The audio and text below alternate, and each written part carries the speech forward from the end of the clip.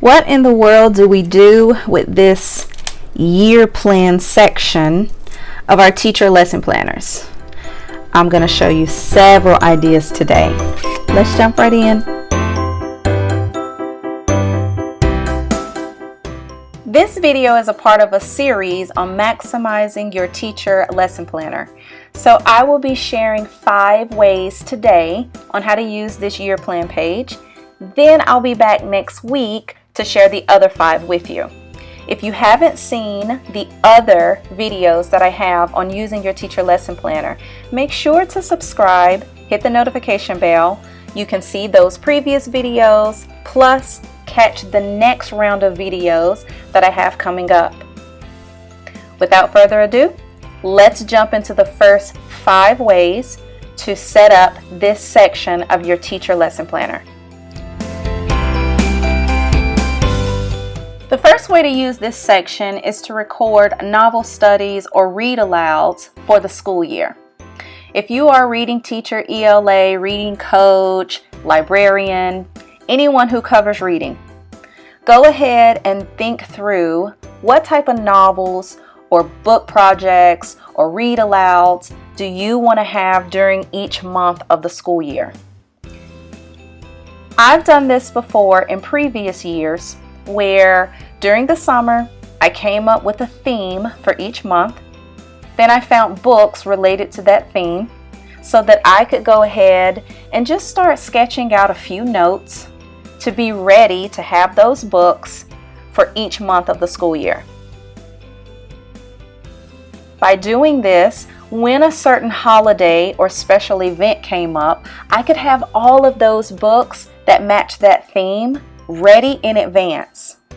I cannot tell you how much time this will save you as a teacher throughout the year. The second way you could use this section of your planner is to go ahead and plan out your centers and small group games and have those games and centers mapped out for each month of the year. For anyone who is doing literacy centers, math centers, guided reading, guiding math, I used to have one of those rolling carts. I actually still have this rolling cart, the kind that has 10 drawers, and I would organize each drawer to represent a different month of the year so that I could go ahead and have my centers planned out. This is great if you are using seasonal activities.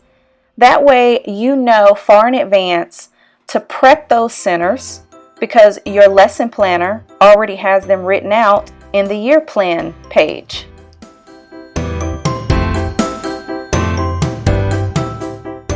The third way to maximize this section of your planner is to record project-based learning activities or assignments that you want to have throughout the school year. For the purpose of this video, I'm just setting this up for the month of October. So I would be thinking through examples of what type of projects, what type of bigger activities do I want my students to complete during the month of October. But obviously you would think through each month of the year if you're setting up your full year plan page like this. So build a bat cave would work in October, or fun project-based activities with leaves. You could also attach project-based learning with reading activities and novel studies. So to continue with this theme, planning a carnival or a festival day in October. And then I would look for what books, what resources that I could use during that project or during that month. This is so amazing to have planned out in advance, because you know you're going to need resources and activities. Then you can just ask for donations in advance, because you already know your students are going to complete that project during a certain month of the year.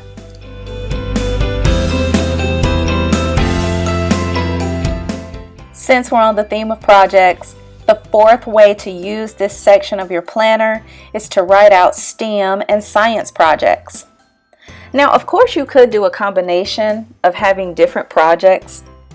If you do have project-based learning, book projects, STEM projects, I would definitely recommend color coding so that you keep yourself organized. Or to really maximize this section of your planner, choose one of the ideas that I'm sharing here. So I would put a different STEM project for every month of the year. How does this help you save time as a teacher?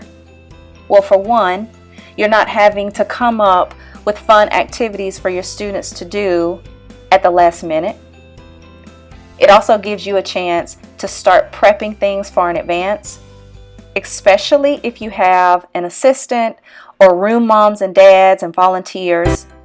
If you already know ahead of time what STEM projects are coming, then they can go ahead and help you prep in advance.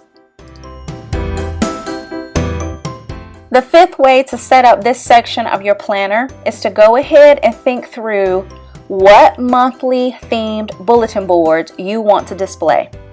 Now I know what you're thinking. Tanya, really? Bulletin boards? Trust me on this. Bulletin boards take so much prep.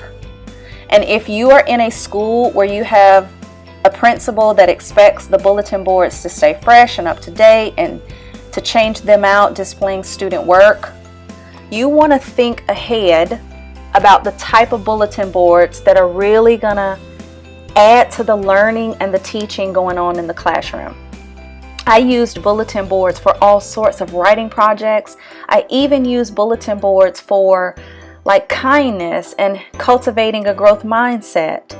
So setting up my planner to just sketch out, okay, I think this is what kind of bulletin board I want for these months, really helped me stay organized and confident as a teacher, and it also helped improve the learning.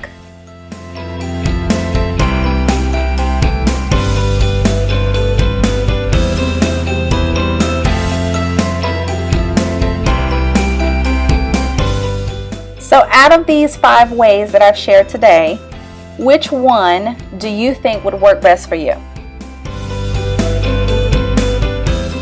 Or how could you tweak one of the ideas that I shared today so that you can have a successful, more organized school year as a teacher where you're not having to spend 60, 70 hours planning and doing teacher work? Because that's the whole purpose.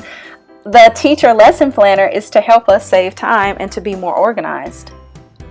Now, as promised, I'm coming back next week to share 5 more ways that you could possibly use this section of your planner. But let me know in the comments below which one of these that you like the most today. Be sure to subscribe and hit that notification bell so that you don't miss the other ideas that I want to share. And if you enjoyed hanging out with me, please give me a thumbs up. Thanks so much for your time, teacher friends. Continue transforming learning beautifully. Until next time.